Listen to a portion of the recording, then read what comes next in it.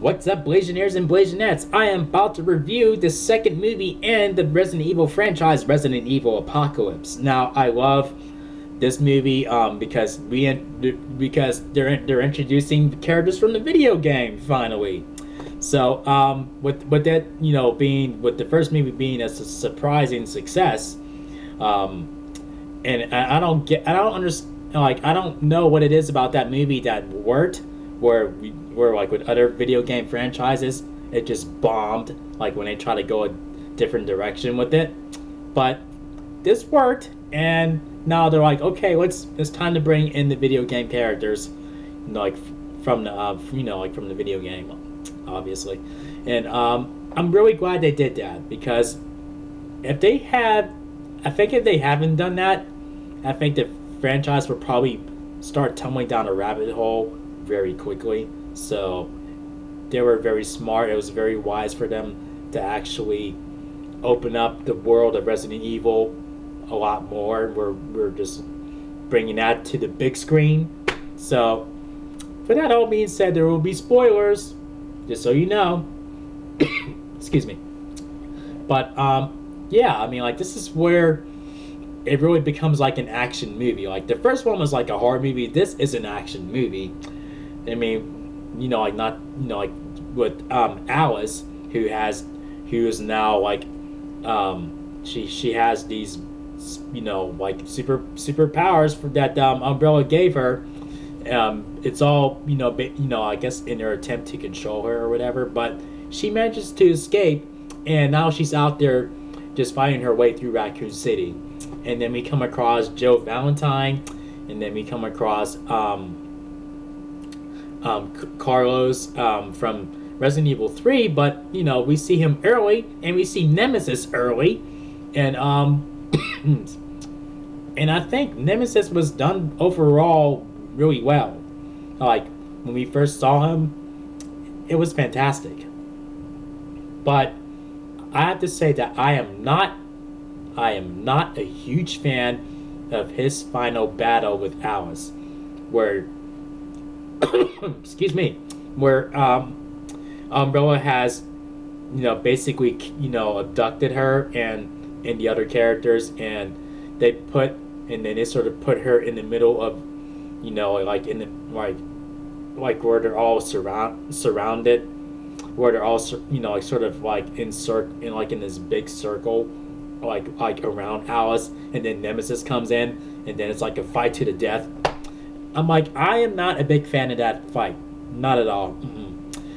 I felt it was more realistic. It was more believable when Nemesis sees Alice for the first time and he chases her, and yeah, I think that was much more believable, and it was more true to the video game, where you try to fight Nemesis and then you run from him and then he runs after you.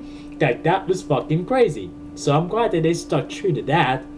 But and also Nemesis all of a sudden, like him remembering who he was before and helping Alice for a brief second, sacrificing himself and being killed much quicker than he was in the video game. Huge letdown. But but still, I still liked what I saw up until that point. Excuse me. This cold is for the birds. But it's actually leaving my system. But anyway, excuse me. Let's see. Thankfully it's not the T virus. But and then we get to meet the guy who created the Red Queen, like in the Hive, and then we meet the woman who is basically the inspiration of the Red Queen, or his daughter, the little girl. So that was pretty cool, and the way this movie ends, we were just like, what the fuck just happened?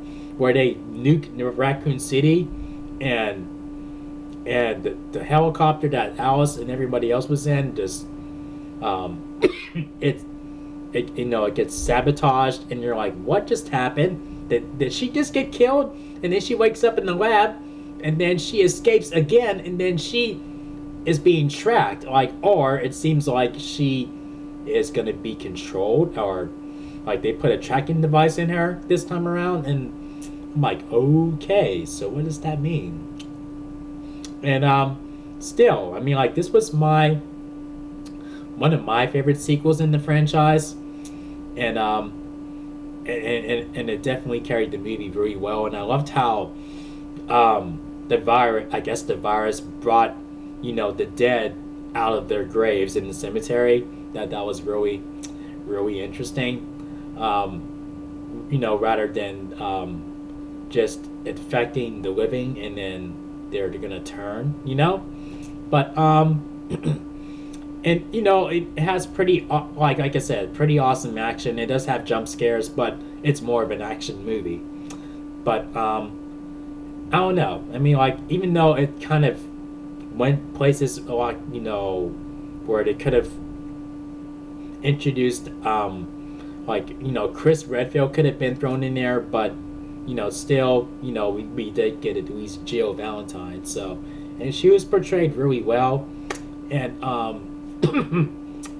but yeah, I mean, I think that's all I really have to say about that one. So yeah, with that all being said, I think this one gets 4 solid chair spins out of 5. 1, 2, 3, 4 solid chair spins. So but yeah, feel free to tell me which sequel in the franchise is your favorite. And yeah, tell me which one is your favorite, and you better fucking tell me too. So yeah, we're gonna jump over to to part 3 in the franchise, as we're counting down to the epic conclusion to the franchise. So yeah, if you guys enjoyed my review for this movie, make sure you thumb up the video, make sure you click subscribe if you're a newbie to the channel. Thank you for watching, and I will see you guys in the next video. Peace out, y'all.